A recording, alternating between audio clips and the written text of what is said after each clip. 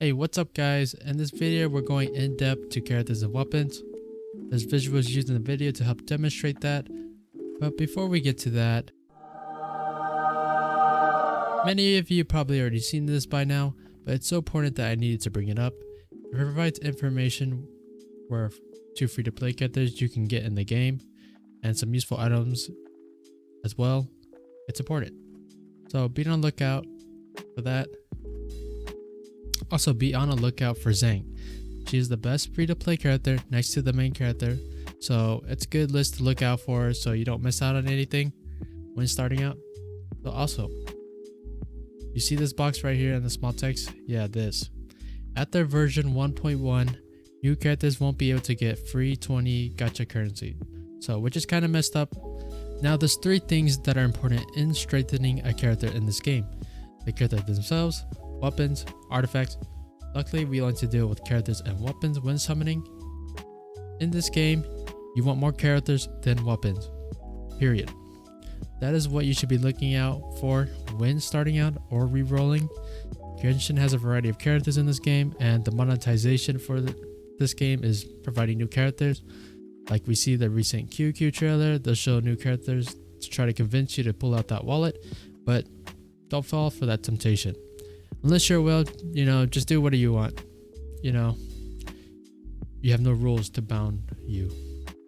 So every character is unique in their own way, whether they can deal damage or be a support to the team.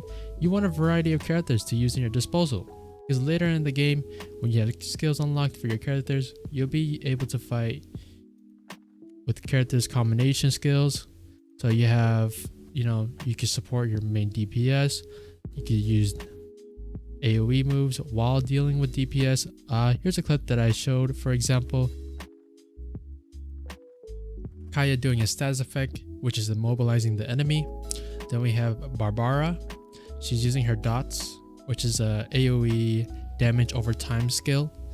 And the last clip, we see Barbara's skill and saying dishing out damage.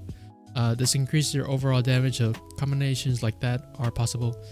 Reminds me of DMC, doesn't it? Here's a chart that you can use in-game that we know so far. There are a few missing, but for now this should be fine. So shout out to the Reddit user for putting this together. I added some stuff to it to categorize the characters better, so for you guys to understand it easy and see which character is which. So the yellow box characters are 5-star characters. Perfect start. I wouldn't be picky if you get a 5-star character, really. Star characters labeled in red, they're a great start as well. You're most likely to get those, so if you get a 4-star character, good start as well. And blue stars, I labeled them as free to play characters because you don't have to deal with gacha rates to attain them. Bless their souls, don't be too picky about them. They might underperform, but they're free to play. You don't have to deal with all the gacha bull stuff on that. Our main character is not included in this list, but just keep note that they can use any weapons in the game, they can use any element in the game. Okay, so now I'm going to show you a tier list. Disclaimer, it's going to be shifted as developers do what they do with their balancing. During the betas, they always do a few adjustments to it. I don't think it would be major adjustments, honestly, because the beta didn't end that not too long ago, so I don't think we'll see some major changes. So we can just take a look at here. Everyone has their own usages to certain content, like Fish. I'm just gonna call it Fish. And Lisa's greater as a main DPS. Fish being more of a support, but being a main DPS and support, I'm sure they have great synergy together in a party. In a way, everyone becomes valuable, so don't worry too much on getting a certain character. You just want as much character as you want. Okay, don't be picky about that. On which characters is good. 5-star, obviously Venti. He's overall a great 5-star character. Best passive in the game. Generates energy for your party regardless of the element. And reduces the glider stamina. And has AoE skills like perfect. So we go to 4 stars. We got Chongyun, the boy, the only one. Not much competition in the frost element. Overall good character. He's the only one competing against Kiki, but there's not much of her yet. There's Kaya, but you know,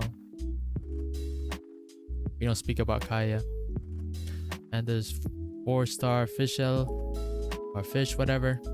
Great synergy for the team as well. She kind of works with all the elements. That's what makes her kind of more special. Has AoE moves, can summon a crow, and can manage well being a main DPS character. Well suited around. Let's take a look at the closed beta banners. So in this website, you can see the 2 beginner banners, the beginner's wish, 10%, 20% off, guaranteed 4-star. This is a perfect start too. You get a free 4-star character. You don't have to deal with all that stuff. So nothing wrong with that. Noelle, 4-star, great sword character, pretty good. She's also she's considered one of the free-to-play characters because you don't have to deal with the RNG bull stuff, you know. Wonderless invocation, standard wish, no time limit. Yep. So about this, I do not recommend pulling it because you're only limited to 2 5-star characters, and these 2 5-star characters, they're good, but they are not rated up, so you're dealing with a lower rate than a featured character.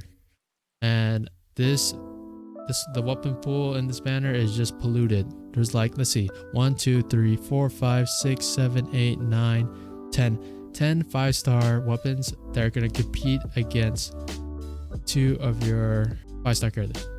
So 10 to 2, you know, you do the math.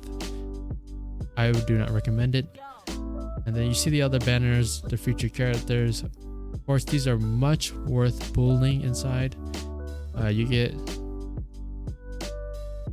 the featured characters, so the rate is more increased to pulling them, and you don't have to deal with the horrendous 5-star weapon pool.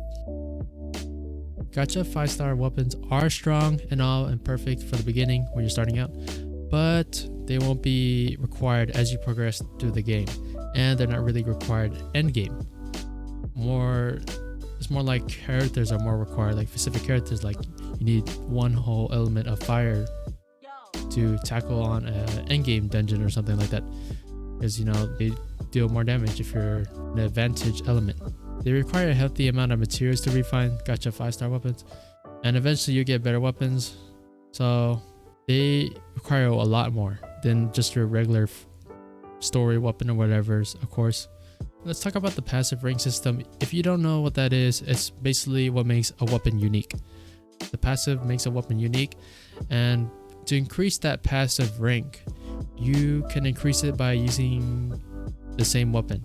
So basically, that's what makes 5-star weapons less valuable, because you're not able to upgrade it as much as you can unless you're a whale. You could pull multiple copies of it, but you know, if you're free to play or something like that, yeah, I wouldn't really look too deep into it right now. They're not really required. They're hard to upgrade their passive rank because you're limited to a few pools.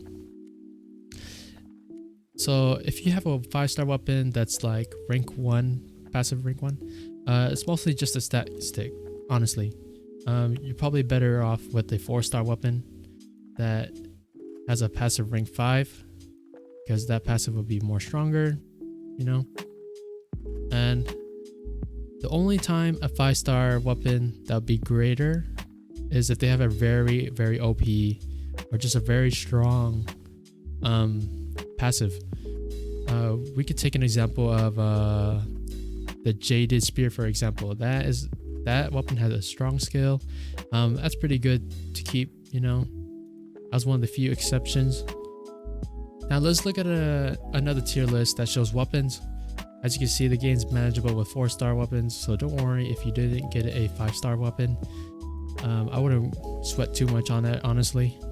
So aim for a character you want to start in the long run. They're harder to tame due to rates. You know, nothing can go wrong with them. They offer more options, more variety to you. Weapons are most likely to be replaced. At some point, you're likely to pull some weapons in the future as well. Like, you see how polluted the weapon pool is? You're likely to pull them in the future. So I wouldn't think too hard on pulling one. And you want to experience with some other characters as well. You know, like just mess around with other characters. They all have their own unique play style. They have different synergy with other characters. That is it for this video. If you enjoyed this video, give it a thumbs up, subscribe, support the channel. We just reached 11 subscribers, which is pretty insane. I did not expect that, but I'm really thankful to all of you. If you guys don't know, I should say that for this channel, I would like to make it Genshin Impact focus and have it have side uploads of other games, but mainly on Genshin for now, so I can gain more experience making videos. I'm not used to it yet. So, all right. Till then, see you later.